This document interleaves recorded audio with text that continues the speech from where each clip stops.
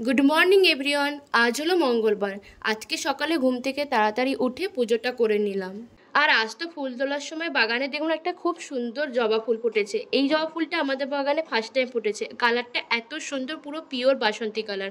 তোমরা কি এই কালার আগে কখনো জবা ফুল দেখেছো? দেখলে আমাকে নিশ্চয়ই জানিও। অ্যান্ড তারপরেই হঠাৎ করে দেখি আকাশে মেঘ জমেছে, পুরো অন্ধকার হয়ে গেছে।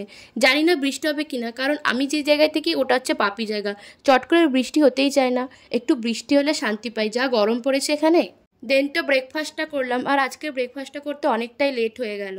শেষমেশ তো দুপুরের দিকেই বৃষ্টিটা হয়েছিল, আর বৃষ্টিটা হওয়ার পর এতটা শান্তি লাগছে, কারণ যা গরম পড়েছিল বৃষ্টির খুব দরকার ছিল। সত্যি এবার খুব শান্তি লাগছে, খুবই আরাম লাগছে, কারণ আমাদের এখানে তো বৃষ্টির আতা পাতাই ছিল না। দেন তো এই ঠান্ডা ঠান্ডা ওয়েদারে আমি ঘুমিয়ে পড়েছিলাম। তারপরে সন্ধ্যেবেলা ঘুম থেকে উঠে একটু চা খেলাম, আর সাথেই পপকর্নগুলো ছিল।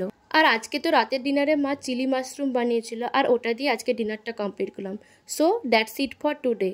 ভিডিওটা ভালো লাগলে একটা লাইক করে দিও। টাটা, বাই।